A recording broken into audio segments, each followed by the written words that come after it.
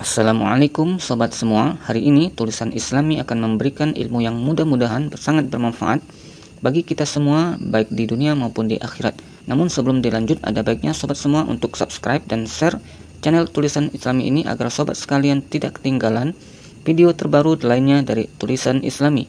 Dan bagi sobat semua yang menge-share video ini, mudah-mudahan mendapatkan amal jariah, amin.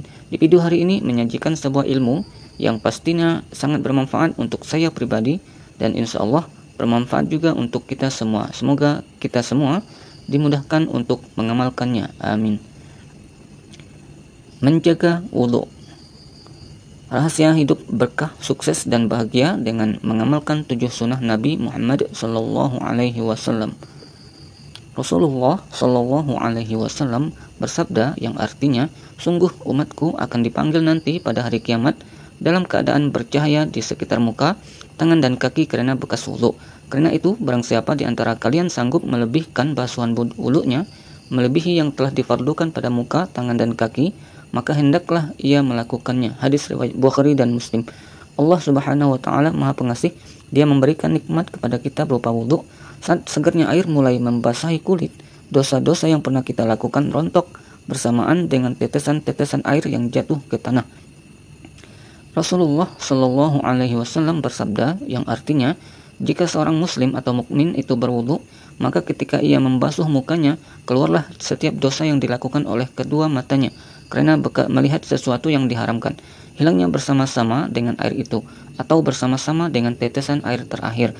Jika ia membasuh kakinya, maka keluarlah dosa yang diperbuat oleh kedua kakinya karena digunakan berjalan pada jalan yang tidak benar, bersama-sama dengan air atau bersama-sama dengan tetesan air terakhir, sehingga ia bersih dari dosa. Hadis riwayat Muslim. Minimal 5 waktu sholat dalam sehari semalam. Kita wajib dalam kondisi berwudu. Sungguh merupakan kebahagiaan dan anugerah besar. Di antara waktu subuh dan waktu zuhur dan waktu asar dan waktu maghrib dan waktu isya, juga antara waktu isya dan waktu subuh. Bila di sela-sela waktu itu kita tergelincir melakukan perbuatan dosa, maka basuhan air wudhu yang akan membersihkannya. Subhanallah. Padahal Allah Subhanahu wa ta'ala pun masih memberikan kesempatan selain di 5 waktu itu. Di waktu duha bila ingin mengerjakannya, kita bisa mengambil air wudhu. Di waktu tahajud bila ingin mengerjakannya, kita bisa mengambil air wudhu. Saat hendak membaca Al-Quran, kita pun bisa mengambil air wudhu.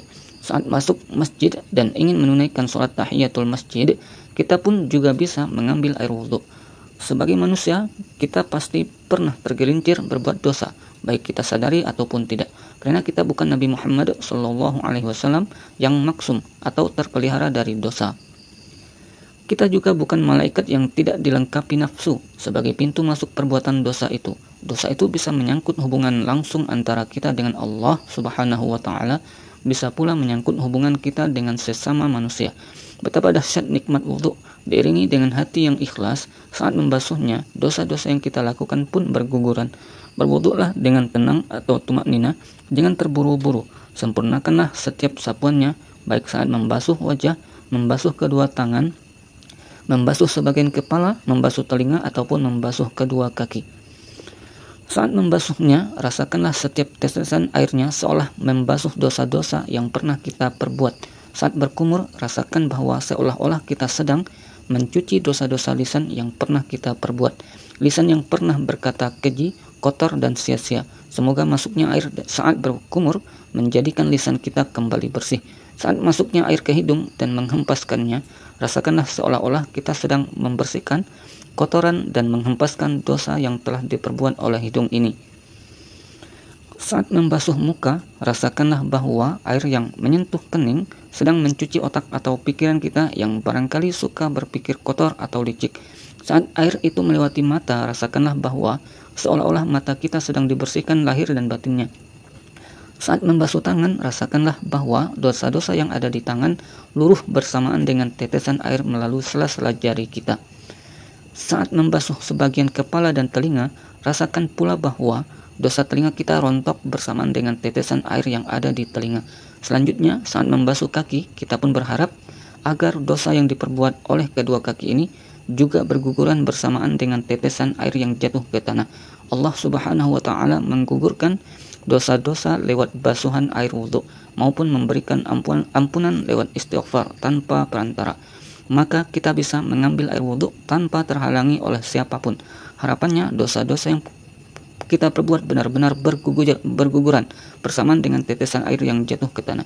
Dalam hadis yang lain Rasulullah Shallallahu Alaihi Wasallam bersabda yang artinya, barang siapa berwudu dan menyempurnakannya, maka keluarlah semua dosa dari tubuhnya hingga dari bawah kuku-kukunya. Hadis riwayat Muslim. Menjaga wudu artinya menjaga kesucian diri lahir dan batin. Mungkinkah orang yang menjaga wudu tidak menjaga sholatnya? Mungkinkah orang yang menjaga wudu tidak menjaga pandangan matanya? Mungkinkah orang yang menjaga wudu tidak menjaga pendengaran dan lisannya dari perbuatan dosa?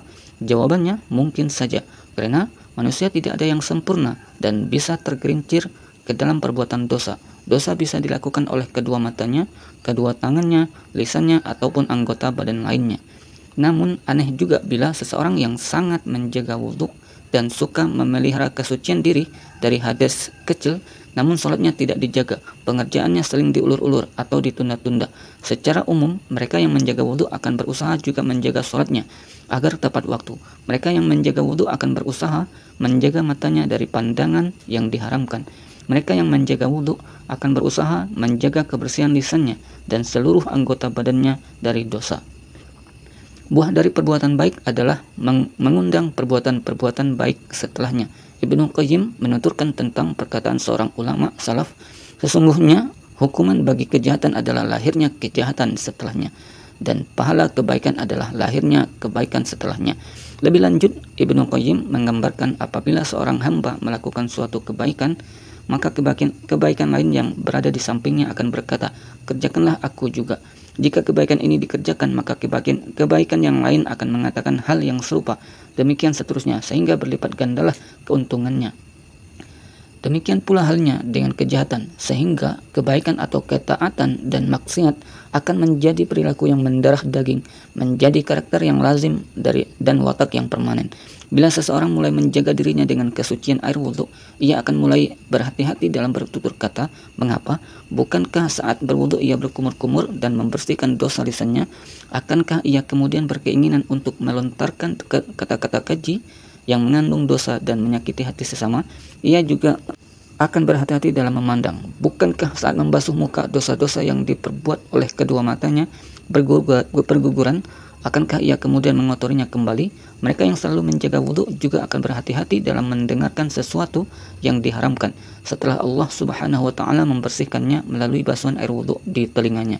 Ia juga akan menjaga tangan dan kakinya agar tidak terjerumus ke perbuatan dosa dan kemaksiatan.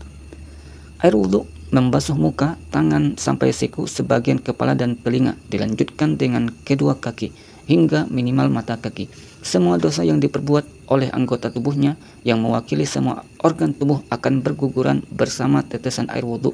Namun kita pun tidak boleh merasa bahwa dosa yang kita perbuat otomatis terhapus bersih setelah berwudhu. Tentu saja tidak seperti itu.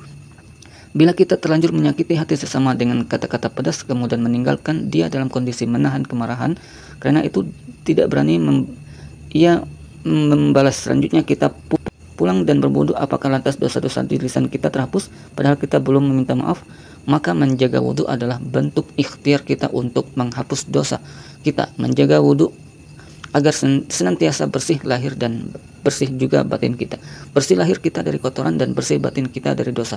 Kita menjaga wudu juga memiliki harapan agar Allah Subhanahu wa Ta'ala memelihara diri kita dari perbuatan dosa. Dosa-dosa manakah yang benar-benar terhapus oleh air wudu? Itu urusan Allah Subhanahu wa Ta'ala, bukan urusan kita. Kita hanyalah bisa melakukan upaya yang diperintahkan secara lahir, membasuh muka hingga kedua kaki. Kita tidak pernah tahu apakah wudu yang kita lakukan itu benar-benar membersihkan dosa-dosa yang kita perbuat, ataukah masih meninggalkan bekas.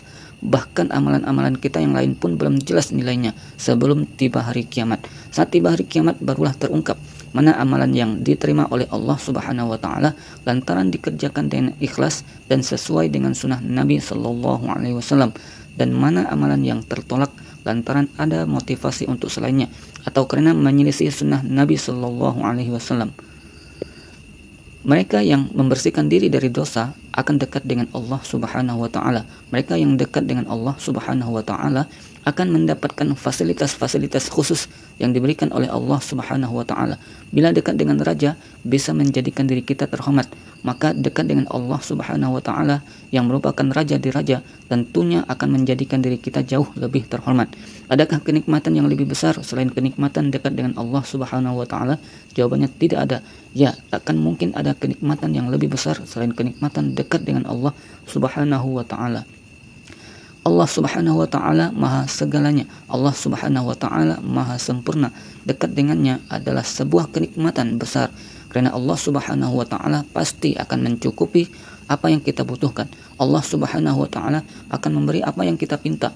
Allah Subhanahu wa taala akan menaungi dan memberikan perlindungannya kepada kita dengan sempurna. Saat di dunia saja, bila kita dekat dengan penguasa, kita pasti bangga bukan main.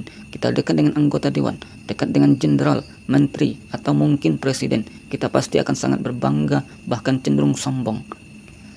Kita pun merasa mulia saat menyebut nama mereka di hadapan sesama. Bahkan seringkali nama itu kita sebut untuk menaikkan wibawa kita di depan orang lain. Nah, tidak istimewakah kita saat bisa dekat dengan Allah Subhanahu wa taala yang keagungannya melebihi mereka para penguasa dunia itu? Kekuasaan Allah Subhanahu wa taala itu di atas anggota dewan, jenderal, menteri, bahkan presiden sekalipun. Saat kita dekat dengan Allah Subhanahu wa taala, kita akan bisa berbangga karena kita memiliki sandaran yang lebih kokoh dan tak tertandingi. Menjaga wudhu artinya dekat dengan kesucian, baik suci secara lahir maupun suci secara batin. Menjaga wudhu juga artinya dekat dengan kebaikan. Kemudian kebaikan akan mendekatkan kita kepada Allah Subhanahu wa taala. Bila memiliki wudhu, kita bisa langsung sholat tahiyatul masjid saat memasuki masjid. Kita juga bisa langsung menunaikan sholat fardu berjamaah saat iqamat kumandang. Terlebih bila berada di masjid umum, di mana para musafir banyak singgah. Kita tidak perlu mengantri mengambil air wudhu yang bisa menyebabkan terlambat melakukan takbiratul ihram bersama imam. Kita juga bisa langsung menempati saf paling depan yang mengandung keutamaan. Saat ada mushaf dengan memiliki wudhu, kita pun bisa segera mengambilnya tanpa ragu, kemudian membacanya atau tilawah. Bila saat itu waktu duha, kita juga bisa langsung berdiri untuk menunaikannya. Bila saat itu kita berada di kendaraan umum, sedangkan kesulitan untuk mengusahakan air, kita pun bisa langsung sholat di atasnya, karena masih memiliki wudhu. Singkatnya, senantiasa menjaga wudhu akan menjadikan diri kita berpeluang meraup kebaikan dan pahala sebanyak-banyaknya. Pahala itu kita butuhkan saat tiba hari kebangkitan atau kiamat. Padahal belum tampak saat kita masih berdomisili di dunia. Pahala belum tampak saat berdomisili di dunia.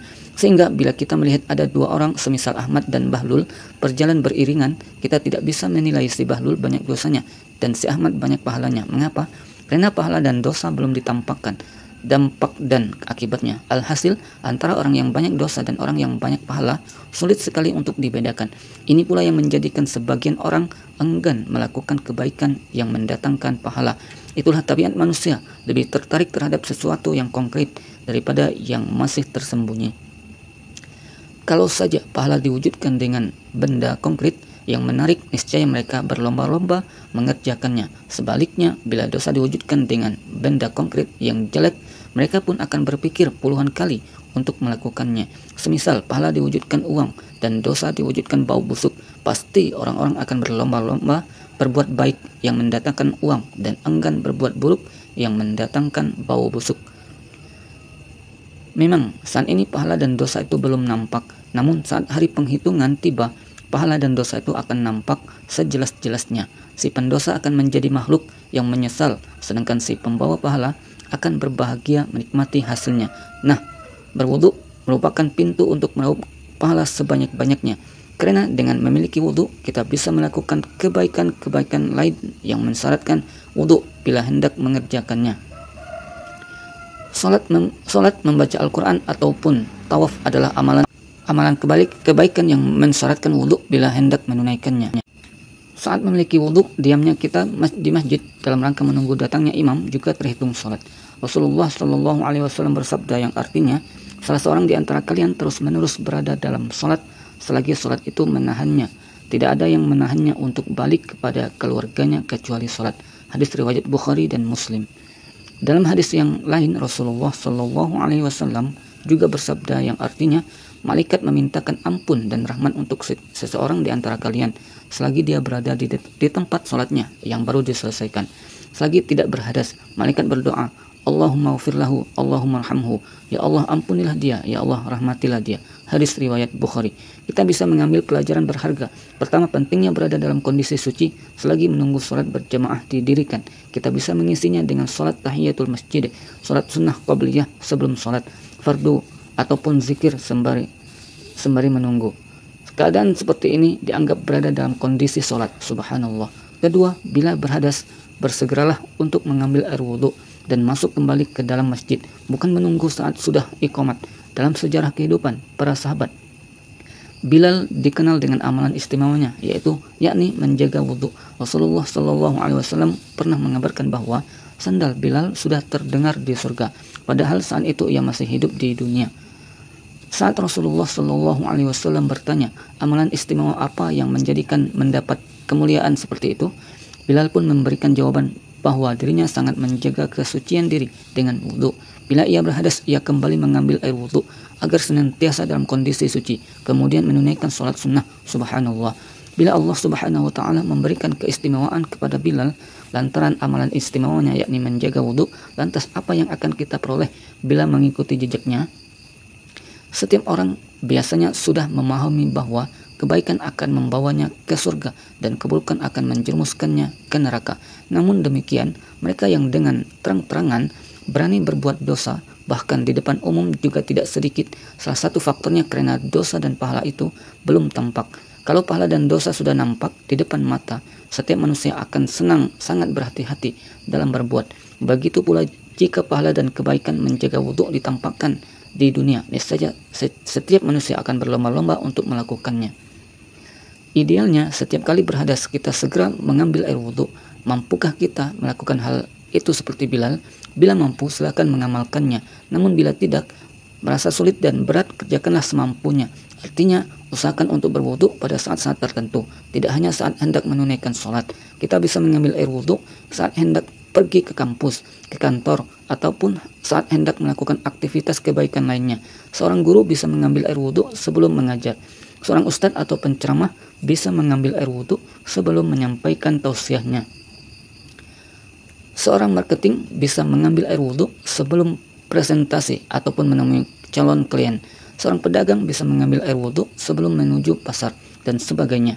Selain menjaga kesucian lahir dan batin, memiliki wudhu juga akan mendorong kita melakukan kebaikan-kebaikan bernilai pahala yang mensyaratkan wudhu, seperti menunaikan sholat sunnah ataupun membaca Al-Quran.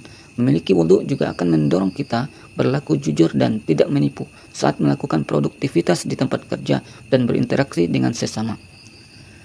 Adapun doa sesudah wudhu yang bisa kita amalkan agar pahala kita semakin bertambah besar, Umar bin Khattab radhiyallahu anhu meriwayatkan bahwa Rasulullah Shallallahu Alaihi Wasallam bersabda yang artinya, tidak seorang pun di antara kalian yang berwudhu dengan menyempurnakan wudhu kalian, kemudian mengucapkan asyhadu an la ilaha illallah wahdahu la syarikalah wa asyhadu anna Muhammadan abduhu wa rasuluh. Aku bersaksi bahwa tidak ada Tuhan selain Allah Subhanahu wa Ta'ala, tiada sekutu baginya, dan aku bersaksi bahwa Muhammad adalah hamba dan utusannya, kecuali ia dibukakan pintu-pintu surga yang bisa ia masuki dari manapun ia suka. Hadis riwayat Muslim. Subhanallah. Itulah janji Allah Subhanahu wa Ta'ala lewat lisan Rasulullah Sallallahu Alaihi Wasallam. Maka penting bagi kita yang belum hafal untuk menghafalnya kemudian mengamalkannya agar wudhu kita lebih sempurna, sekaligus meraup keuntungan besar berupa surganya. Amin.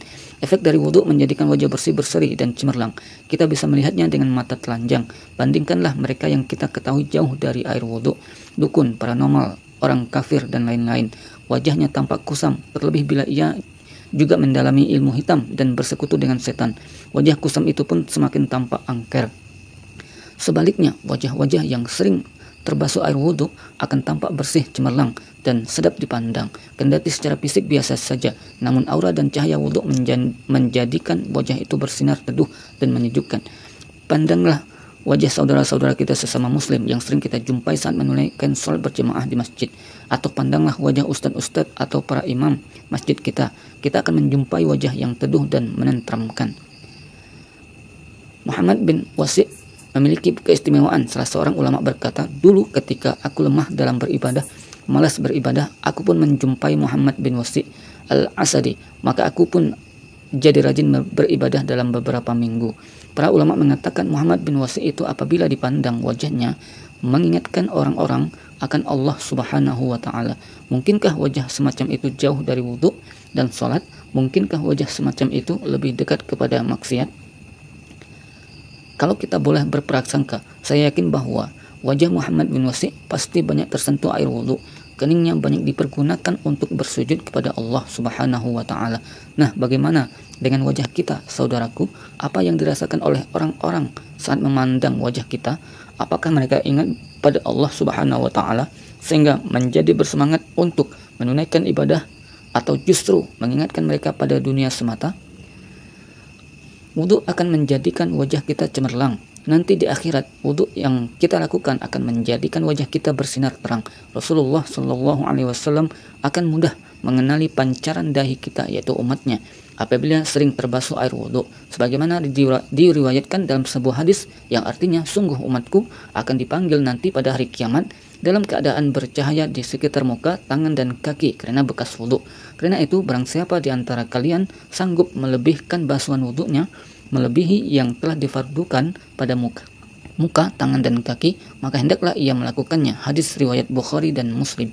Dalam hadis yang lain, Abu Hurairah bercerita bahwa Rasulullah Shallallahu Alaihi Wasallam datang ke kubur dan mengucapkan, Assalamualaikum dara qaumin mu'minin wa inna insyaallah bikum lahikun.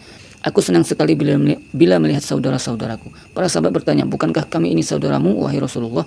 Rasulullah Shallallahu Alaihi Wasallam menjawab, yang artinya, kamu sekalian adalah sahabatku. Adapun saudara-saudara kita adalah orang-orang yang belum datang. Para sahabat bertanya, bagaimana engkau mengetahui umat yang belum datang dari umatmu, wahai Rasulullah? Rasulullah Shallallahu Alaihi Wasallam menjawab, yang artinya, bagaimana pendapatmu jika seandainya ada seseorang yang mempunyai seekor kuda putih cemerlang berada di tengah-tengah kuda hitam pekat? Apakah ia tidak mengetahui kudanya yang putih cemerlang itu? Para sahabat berkata, pasti mengetahui ya Rasulullah. Beliau Rasulullah Shallallahu Alaihi Wasallam bersabda, yang artinya, sesungguhnya saudara-saudara kita itu akan datang dalam keadaan putih cemerlang karena wudhu, dan aku akan membimbing mereka ke telaga Al-Kautsar. Hadis riwayat Muslim. Bila setiap hendak menunaikan sholat, kita diwajibkan memiliki wudhu, padahal sholat fardu yang wajib kita tunaikan saja sebanyak 5 kali. Belum lagi ditambah dengan sholat-sholat sunnah. Sudah berapa kali wajah kita tersentuh dari air wudhu dalam sehari? Di subuh hari saat fisik ingin bermalas-malasan, selepas tidur Allah Subhanahu wa Ta'ala memerintahkan kita mengambil air wudhu untuk menunaikan sholat subuh.